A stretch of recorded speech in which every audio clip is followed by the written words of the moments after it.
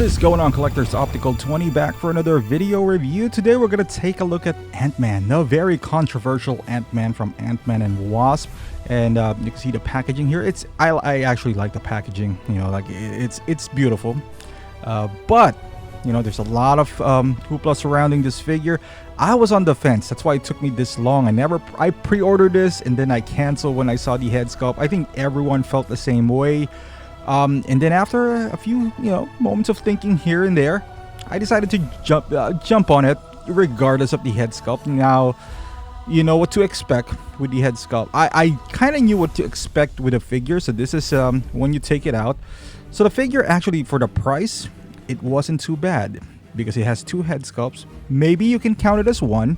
It has a light of functionality, but comparing to other figures, the price is $243. So I guess I could disregard the head sculpt. You know, that was my point of view in here. Yes, we still are paying for the head sculpt technically. This should have been like $190 without the head sculpt. I would have taken that gladly, but you know, I'll show you the accessory he comes with. He comes with this nice hand. I don't know why, like this one has a bigger, kind of like pressing motion, while the other one has kind of like a smaller imprint there. I don't know what it means. I guess the other one is meant to use those discs, but the other one, I don't know why it's such a, like a wind up or whatever. But this is the disc. So we've seen this before in other Antmans.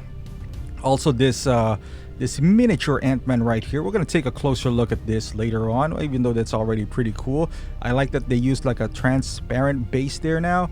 And this is the laboratory of Wasp's dad. I forgot his name.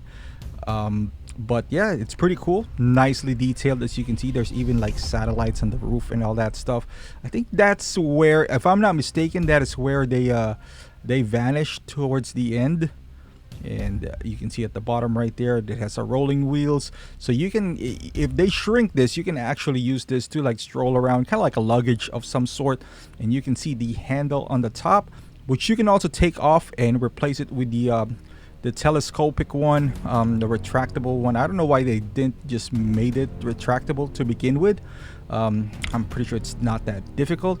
And this is the beautiful head sculpt of Paul Rudd, and this is kind of like the retracted helmet that he does have. If you are gonna use that head sculpt, that's actually one of the selling points, to be quite honest with you, the head sculpt for me, because it's so bad that I felt like I had to get it, because I already sold my Chewbacca.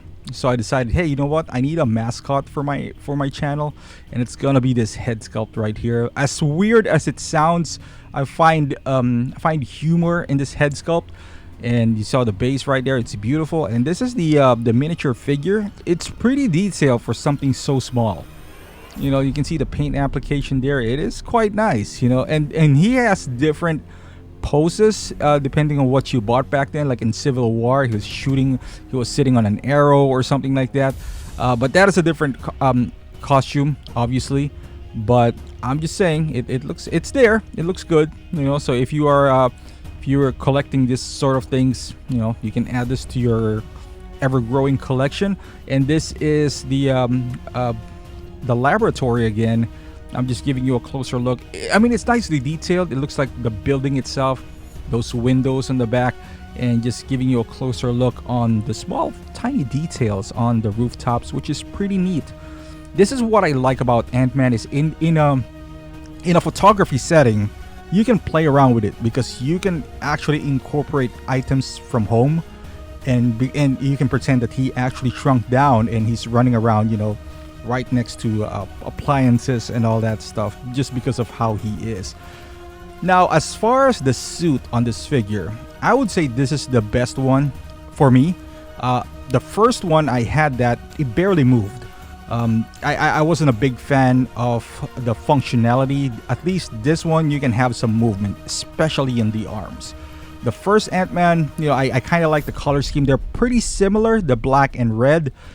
However, on that one, it's really stiff. So I wasn't a huge fan of that. Plus, it has a lot of pleather, I suppose. So that's prone to flaking, really. This one is kind of a mixture of, I feel like the shiny parts is the same parts that they use on Iron Spider and all that stuff. It's pretty flexible. So I wasn't too worried, even though I've never really experienced flaking. As much as possible, I would love Hot Toys to get away from those. I'm currently in Illinois, but you never know when I'm gonna move out. So it's still, like a thought of concern for me. That's the same reason I sold my DX13 and like the other Terminators that I do have is because of those. But for this guy right here, like I said, the shiny part feels like one of those Spider-Man suits, which is pretty flexible and pretty forgiving. But the black part, they're not pleather. They're more like rubber suits that you would find on like Black Widow. So there's a decent amount of articulation, at least better than what you're gonna get from at least the first Ant-Man that I did have. I cannot speak for the Civil War Ant-Man, although I heard and kind of watched reviews on it that it's kind of like the same. Pretty restrictive when it comes to articulation. As far as aesthetics, for me, this is the one that I like the most out of those three. Head sculpt wise, you can make an argument. I would say the first Ant-Man has the best likeness. The second one was highly criticized back in the day as well, because they kind of resembles Ben Affleck. When the time it was released, I think BBTS was around or something like that, and they were saying it's Ben Affleck. The hate just disappeared once this head sculpt arrived, obviously, because this is even worse. But as far as the helmeted one, it looks great. It does have a light up functionality, much more pronounced than the first one, because the first one also does have one, but you can barely notice it. As a matter of fact, it kind of shines through the head sculpt instead of the eyes. This one, I like the design. It's like a combination of Civil War and the first Ant-Man because of the color scheme and the way the helmet is produced, like looking like an ant, which is I like. But I can't say bad things about this figure without the head sculpt. Like if you just look at this as a whole like this, it looks fantastic. It looks fantastic. It feels great, when you hold it, when you start posing it. You can see the eye section here. It looks like Paul Rudd. Can't complain. I kind of know what happened to the head sculpt and what went wrong there. But as far as this guy right here, you can take the top part out. Another gripe of mine, you can see the eyes. It's like you can clearly see the eyes right there. This one's not magnetized. That's the only thing. It has some 2 tabs on the top that kind of falls off quite easily. So I'm not a big fan of that. And then you can light up. As you can see, even though my lights are pretty bright, because I'm in the studio right now, so I'm going to turn off some of them. Even with the lights on, you can still see them. It's still prominent. So I like it. I like this head sculpt. I like the overall figure.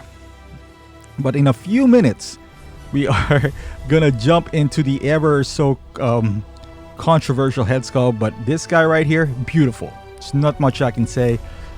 It's nice.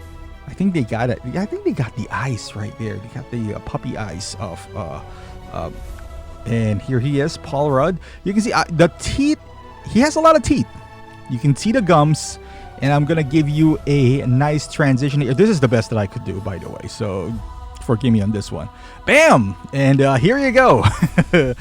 Wow. Okay, so you can see the teeth is a bit off. Not a bit off, a lot off. He does have a lot of teeth. So you can see from that photo, his gums are showing.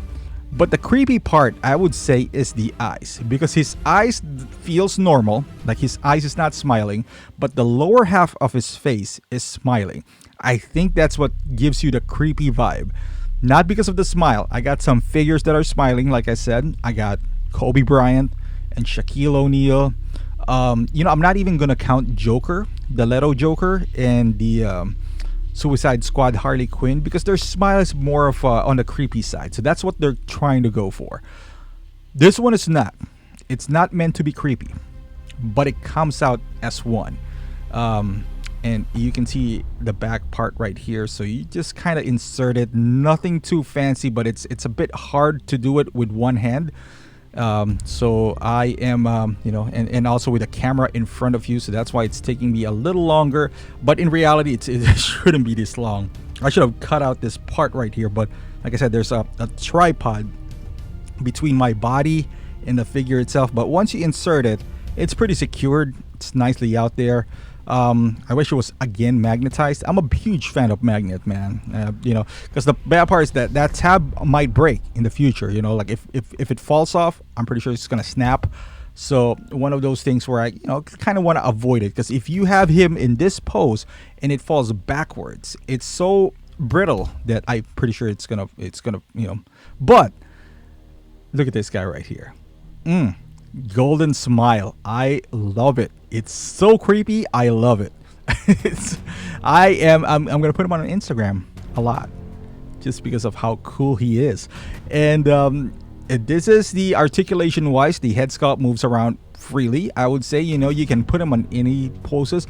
And this is one thing that you can't do with the previous Ant-Man, is give those wide arms articulation. On the legs, it's a bit hindered, but these arms you can freely move them. I kind of think that they are separate from the body, because it's kind of like inside, like the fabric, and you can bend the arms 90 degrees here. That's a pretty nice bend. And like I said, the material that they use for the suit is quite forgiving. Now the legs, I'm pretty sure you can extend this a little bit more. You just gotta break in the figure. I haven't, but I've seen poses where he's kneeling, doing that kind of like superhero landing pose and all that stuff. So it is possible. I've seen it. So as far as articulation wise, this is an ab crunch. It's not too much out there, but it's a lot better than the previous iteration of Ant-Man. So that one, I would give them props for that. So the legs and the knees, you can bend the knees pretty nicely on the back. But man, look at this. Beautiful. Look at that pose right there. I love this thing. I love this thing so much that I have no intention of picking up Wasp, but now I would. It's the figure itself. If we don't talk about the head sculpt, it's a good looking figure, man. If you forget about the head sculpt, it's still annoying that we got this. Hopefully it goes on sale. But if it goes on sale, the price is already, I think, pretty decent at $243, because you've seen the Jawas, and compare this to, let's say, that Ewok, which is almost $200, and this is only $40 more, and it's a full-sized figure with a light up functionality. Forget the other head sculpt. Compared to that, it's already pretty good value. If you compare this to Wasp, obviously Wasp has 10 times better head sculpt, but again, it's not as the value is not too terrible for the price that you're paying for. Ideally, this would have been $190 if you take out the head sculpt, which is, in my opinion, worth $50. But other than that, if you can look past that and you just have fun with that head sculpt, like what I'm gonna do, I think I can honestly say that this is a pretty darn good figure outside of the head sculpt. Now you can make the argument that, and you can do a few things about this figure. In a photography wise, like I said, there's a lot of things you can do. Now you have a few options. If you're a huge Ant-Man fan, you gotta get him. If you're trying to complete your Avengers, you gotta get him. Because what are your two other options? Is to pick up the first Ant-Man or the second Ant-Man, which is more expensive than this Ant-Man. Why would you do that if something's cheaper and better overall just because of one head sculpt? Now, hopefully Max Nut creates a head sculpt for this guy and you would solve that problem. Because overall, I think the suit is better than here. Articulation is better. Overall, everything's better but the head sculpt. Now, if you can't look past the head sculpt, if you pass on this, which is I won't blame you. Now if you wanted an Ant-Man, if you could wait, I would suggest you do that. You wait. But if you're banking on the next Ant-Man, then you're probably gonna wait like 3-4 years, because they have to release the next movie first, and then after the movie releases, you're gonna wait a couple of years before the movie this figure gets released. So you're looking at a long time here. In my opinion, it's not worth getting the previous two just because this has a bad head sculpt. Now, if you can survive without Ant-Man at all, even better.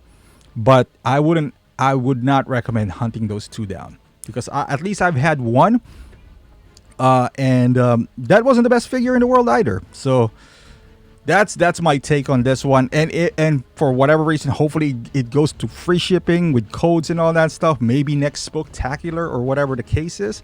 If that's the case, then good for you. If you want to save on shipping, you know, head over to Big Bad Toy Store. I'll put the link down below. They only offer their shipping is only $4. And they double box the figure like what they did to mine. So this would come out to under $250. So that's a pretty good deal in my opinion.